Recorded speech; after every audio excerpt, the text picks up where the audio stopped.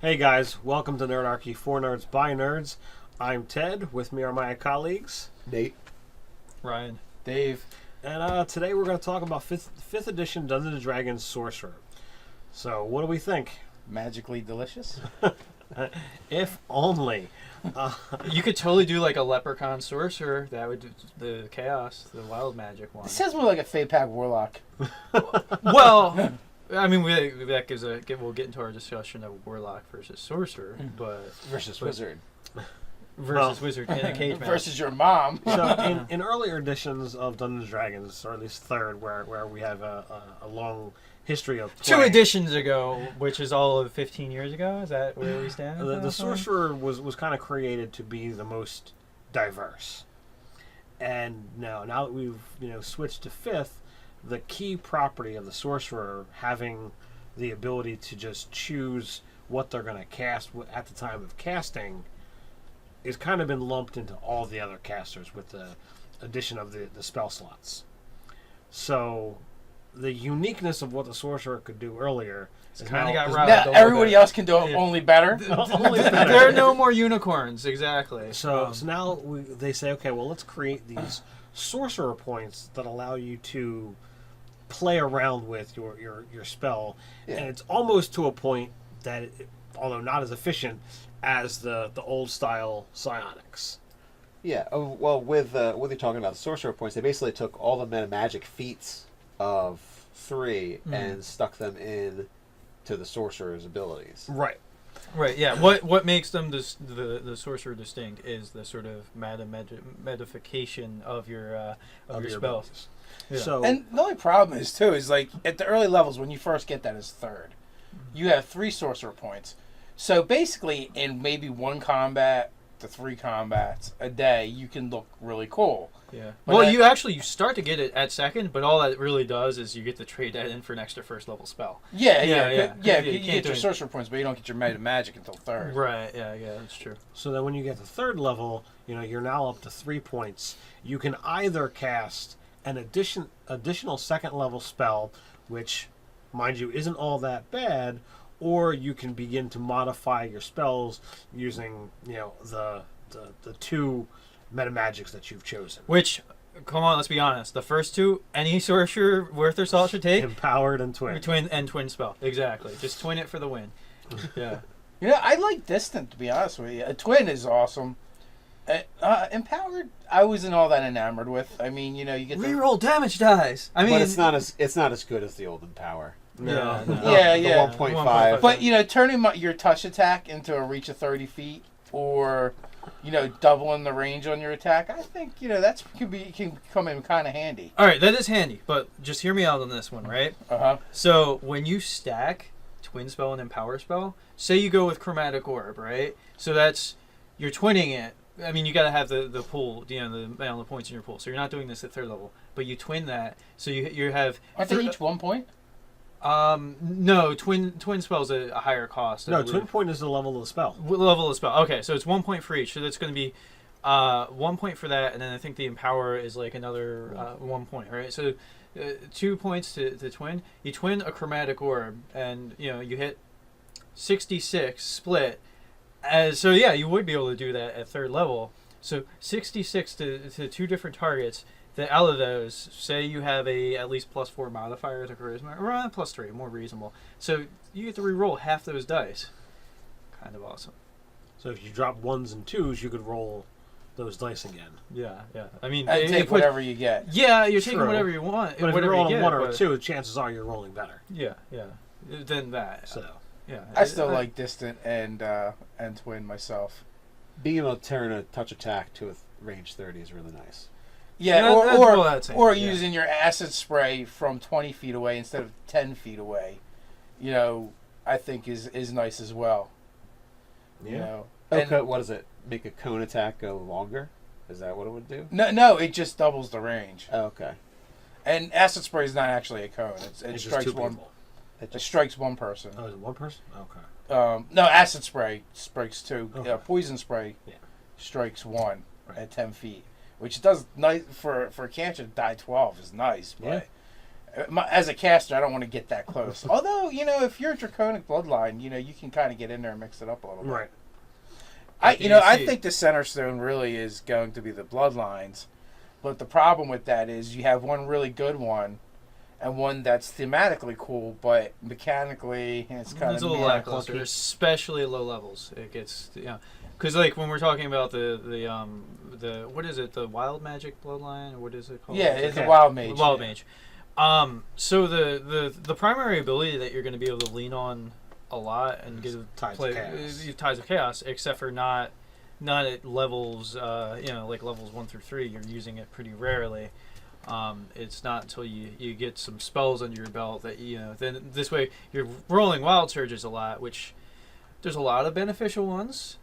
There's a few that really suck for you, and there's some that are just comical to happen. So it's kind of well, like here's the thing: like if I play a Wild Mage, I'm using my Tides of Chaos as soon as possible. Oh yeah, absolutely. Not even for it to be relevant. Yeah. Only because the only way for you to reset it and get more uses out of it Is your DM. your DM Wild Surgeon on you. Right. And if you're a Wild Mage, you want a Wild Surge. That's kind of that's your thing, right? Yeah. So at first level, you can get it off 3 times. Yeah. Your Tides of Chaos, and then you're kind of If your DM, is actually doing that on you, every DM is actually going to be different. I know, in your game, Ryan's actually playing a Wild Mage Sorcerer, and you're like, all right, I want to do this as often as possible. You're hoping for that roll that he fireballs the party. Right. Yeah. We know that's what you're going for. Right, yeah. So, I'll accept other things, but hey. Yeah. Hey, Like a nice potted plant or a sheep, Yeah. perhaps. yeah. Hey, whatever is the most comical on look, right? You're in a pitch battle. The orcs are all around you. Next thing you know, you're a potted plant. They're like, You fallen into my trap. So, looking through the progression, I think once the sorcerer kind of gets to 7th level, where they're getting the higher level spells, they've got a large plethora of spell slots to be able to play around with. Then I think that they're going to really have the ability to shine by manipulating their point pool and their and the spells that they have, that they're going to be able to outperform some of the other casters that are there. But until you get to that point, I just think that their limited selection, and it goes really fast. Those points are going to disappear like that. Mm. It's almost like, I want to say, if you want to play a really cool sorcerer, play a bard. Yeah. Or a warlock. Because, well, the thing with the warlock is they don't get very many spell slots. Yeah. Even at 7th level, they have 2 spell slots. Their thing is after a short rest, You get them back. they get them back. But if your party isn't resting, they're kind of like, I'm done. But no, so I'm looking at the sorcerer, and I'm probably going to make some tweaks. Like, I'm probably, especially for the Wild Mage, I'm going to be like, cantrips and magic, activation of magic items may cause Wild Surges. Yeah. There's going to be, a warning or something somewhere. The one thing that the sorcerer gets is they get an extra cantrip above everybody else. Yeah. Which is kind of nice. I mean, it's diverse. It's a little diversity. It's an at will. But again, it's still only one more. Yeah. I think it's almost they run into the problem of the sorcerer points are a decent idea, but they don't get enough for it to be significant. Like, once they hit 6th level, no matter what bloodline you take, you get an ability that also you can burn sorcery points to activate. Yeah. But you're gonna burn through them. So you're really not getting to use them to that great of effect, because you get to use them so rarely in a way. Like, it's like, I can either have more spells, I almost wonder if they shouldn't reset after a short rest. Yeah. Well, because the 20th level ability for the sorcerer, which I think is kind of ass, is like... They get 4 back every time they rest. Yeah, after they get a short rest. Which, you're 20th level. By that point, does it really Is 4 really going to be all that helpful? No.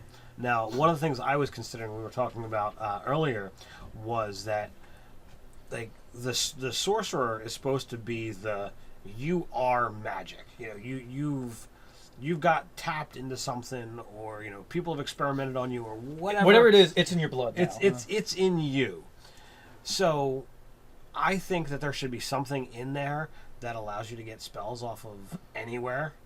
Any list, yeah. Well, I mean, this is when we get into like the things that, like what we could prospectively house rule. Right. It's just like, if it thematically fits with the character Yeah. concept, the bloodline concept, go Now, for it. I don't want to say that every single spell that you're going to pick is from here and there and everywhere else. Like maybe like domain spells like the Warlock packs. They should have.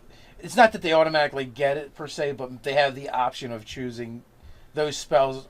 Their bloodline offers other choices. Yeah, I agree. Because it talks about in there that you could have a chaotic origin. You could be experimented on. You could be from some kind of dragon thing.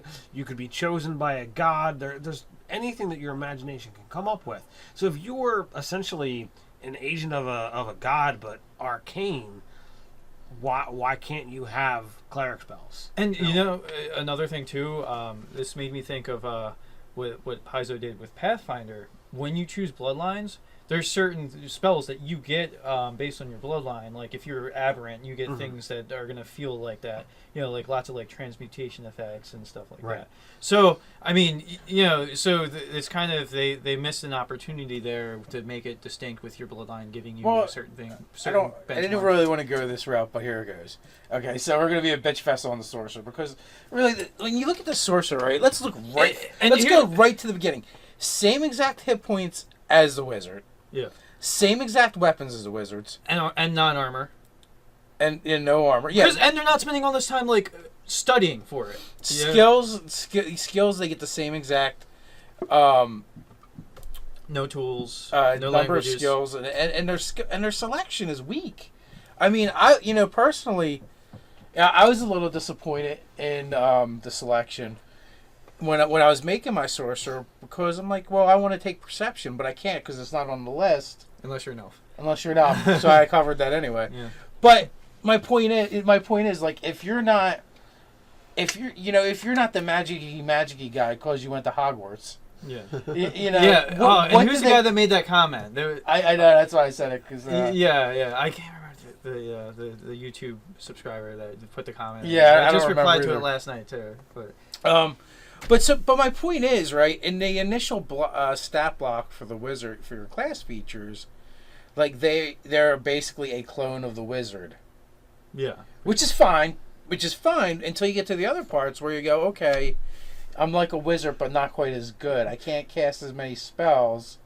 Yeah, they should have just kept going with the cloning thing. We're gave gonna them the same spell. We're gonna do a direct comparative comparison between wizard and sorcerer in another video. So let's not delve too. But they should have got, because they don't spend that time in training. They should have gotten, because it's just like, I just do this thing. In third edition, they got more weapon choices. Right. At least. Yeah, there should have been some distinction, like, I don't spend all my time in arcane study. I just kind of, it's like I'm a natural born athlete, except for with magic. Weren't they? If they got less spells, the idea was they got less spells in third, but they were able to cast them more often. Right. Yeah. And in this case, it's They're dead actually even. casting less. They're actually first off know a lot less spells than the wizard will ever be able to know. Because Well, I mean that was par for the course. They did in third edition. They knew less, but they got more castings in this.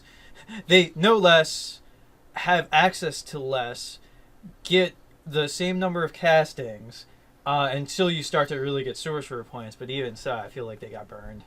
Yeah. But, a major feature of the class is to use the meta magic. That's what the sorcerer. Did I mention they get an extra cantrip? They do get Come on, man! Don't take it from them and say that. Oh, they. But so then the strength lies in the bloodlines, right? And I feel like Draconic Bloodline. Like I feel good about this one, right? At first level, I'm getting natural armor. I'm getting a bonus hit point a level, and I'm getting a language, and gosh darn golly, dragons like me. It's because they get a bonus to charisma checks with dragons. So, not to mention isn't there a 6th level ability to like get resistance to any energy type in a pinch? No, to their energy type.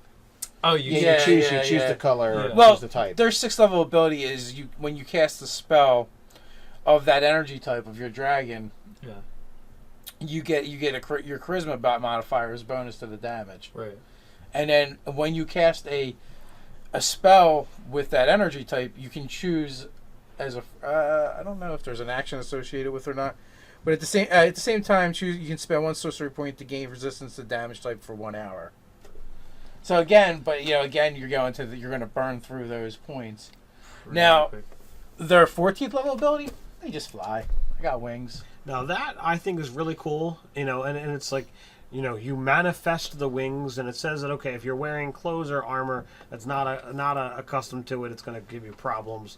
But Think toga. When you see a guy walking around on a toga, just jump him before you can do anything. You Right. know he's a high level sorcerer. Yeah. and then at like 17th level, they get the ability to use a dragon's aura to either cause fear or awe, which is really cool. So thematically, it really fits.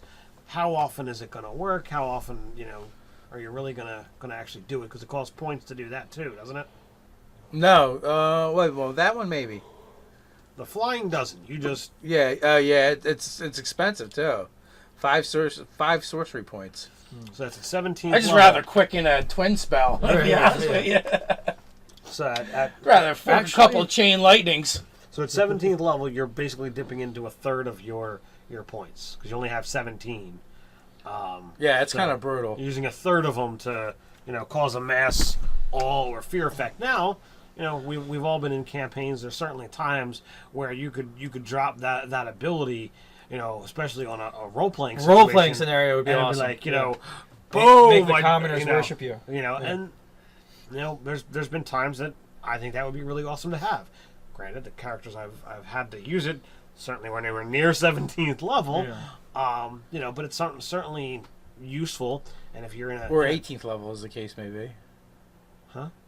Beginning at 18th level. Oh, is that where they get it? Yeah. Oh, my apologies. I remembered wrong.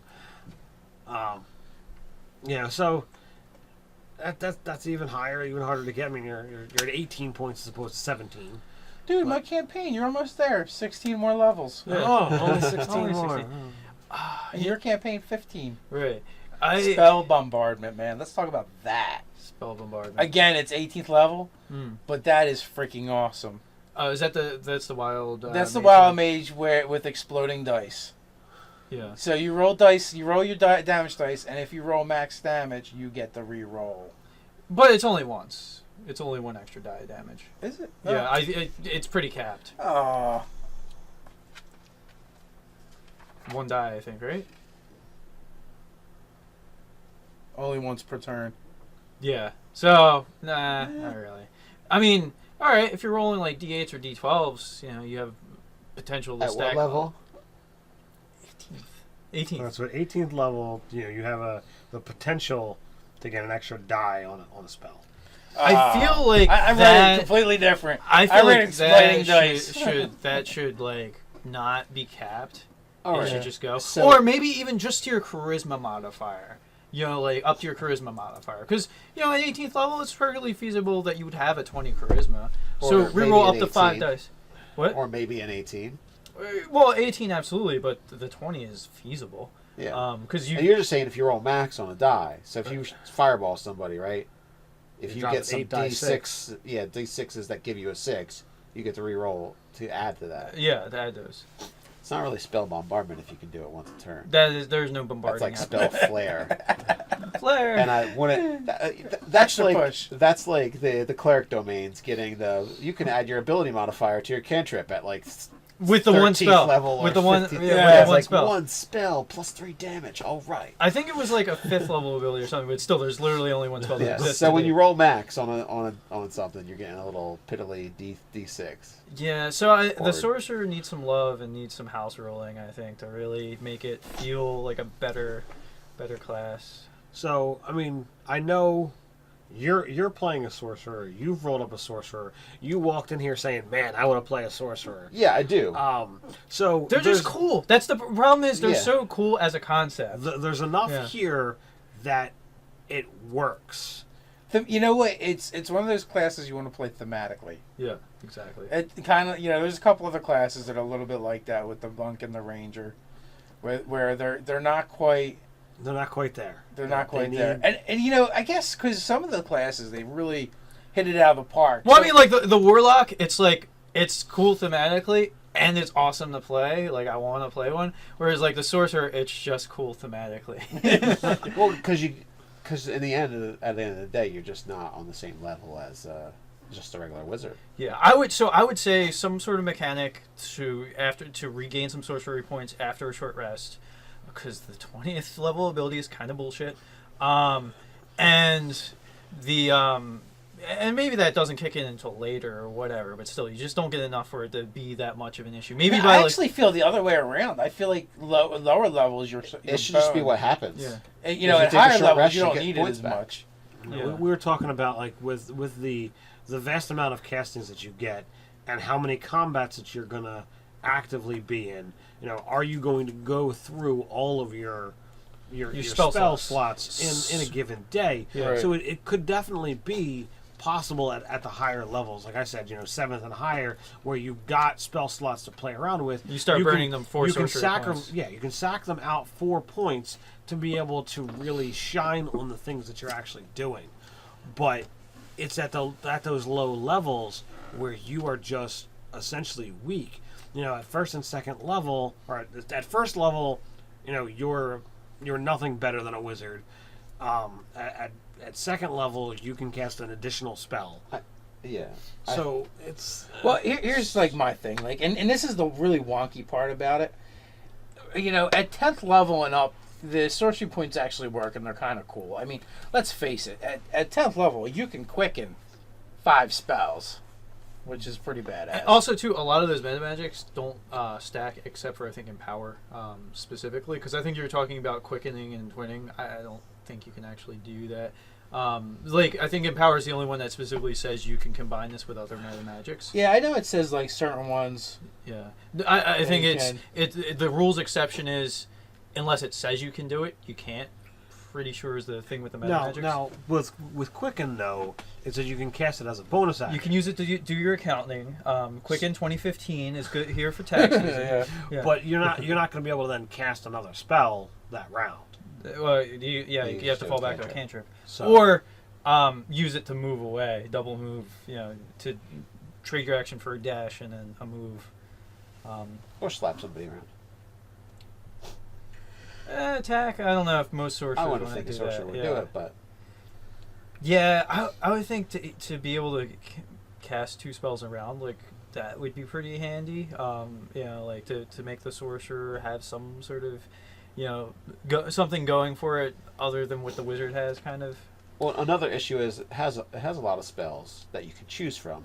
You don't get a lot of them, and a lot of the spells that I saw that are ritual spells also. Well, what sorcerer is going to pick a ritual spell? Like comprehend languages or detect magic are both rituals, right? Right. Mm-hmm. Well, it almost is like, well, your either human first level or 4th level feat needs to be ritual caster, and you should pick like wizard or something, or pick some, to have extra spell access, because otherwise you're never going to be looking at magic. Right. Right. Yeah. Even though you're super magical. Yeah. Well, and also too, another thing to make it a little more thematic, I would almost say get rid of all the spell components, because it comes from your blood. Like, you are magic. Why do you need anything to, like... all right, maybe, like, the arcane focus makes sense, but, like, spell components, it's kind of dumb that they even need them. Like, I would say that up to makes a lot of sense too. up to a certain GP value, up to a certain amount of gold Yeah, pieces, maybe I would per say level you just wave it. Just wave it. Yeah. Like, just because you just innately do it. And one of the other things I noticed I want to say is, like, under meta magic, the careful spell, I think it's pretty crap. I mean, in the earlier edition, you had the selective type of thing where you could just have your area effects not hurt certain people, and here it's like, oh, They make their save. it's like, oh, they made their save, so they're taking half damage. Mike, you would have loved that one. Well, and the funny thing is, when you compare this to the freaking Invoker, I know, the but Invoker we're not just- doing that video. yeah, We're not doing that when we do that video, just the fact, it's so annoying. I wanted to bring it up. Hold too. it. Hold it. Hold me back. Hold me back. All right, so So we love the thematically, sorcerer. we really like the sorcerer. We hate that it didn't get enough love. Okay, with that being said, where can you find us? We can go to nerdarchy.com, Facebook as Nerdarchy. I hear we even have a Reddit. Yes, we have a subreddit, Nerdarchy, How to Stay Nerdy. and we're on the Twitters as well, so we can Twitter there. So, and you can also comment below, like, subscribe, Even share. give your thoughts on things you'd like to see happen with the sorcerer. Vent your sorcerer That's rage. right, sorcerer's Let us rage. know what house rules you may or may not be using. That's right. That's right. Well, and now, until next time, then. Stay nerdy.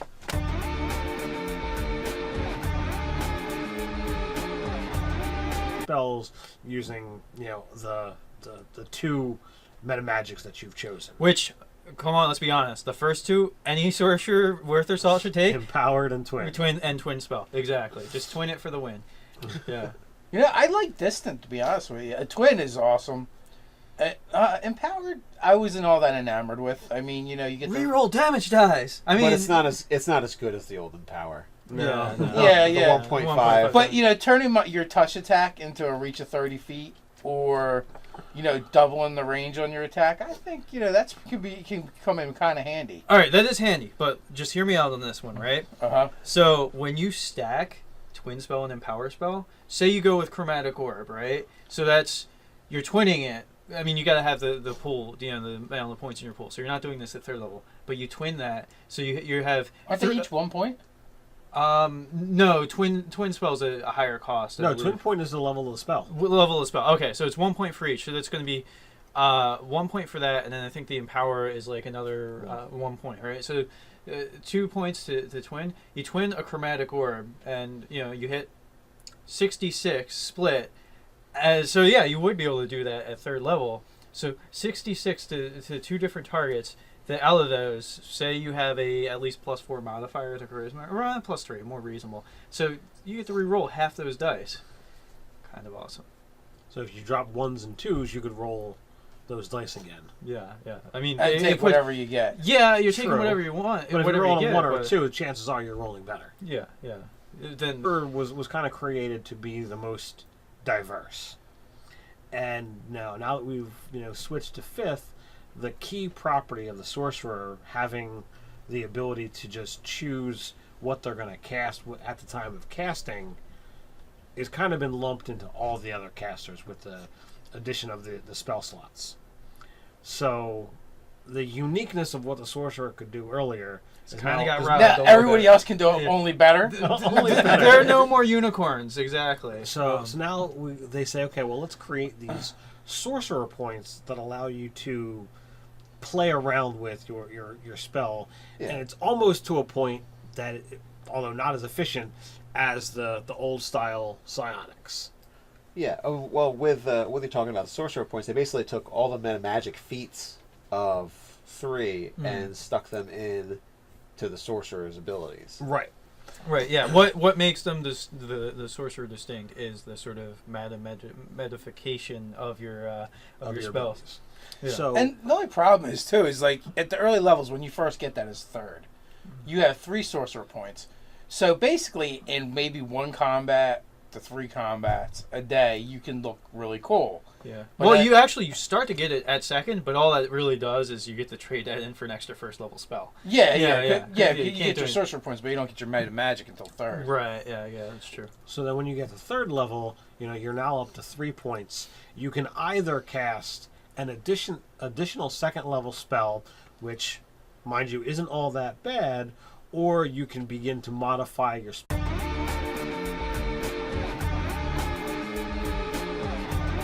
Hey guys, welcome to Nerdarchy for Nerds by Nerds. I'm Ted. With me are my colleagues, Nate. Ryan. Dave. and today we're going to talk about fifth edition Dungeons and Dragons Sorcerer. So, what do we think? Magically delicious. If only. You could totally do like a leprechaun sorcerer. That would do the chaos, the wild magic one. It sounds more like a Fey Pack Warlock. Well, I mean, we'll get into our discussion of warlock versus sorcerer, but Versus wizard. versus wizard in a cage match. Versus your mom. So, in earlier editions of Dungeons and Dragons, or at least third, where we have a long history of 2 play, editions ago, which is all of 15 years ago. Is that where we stand? the sorcerer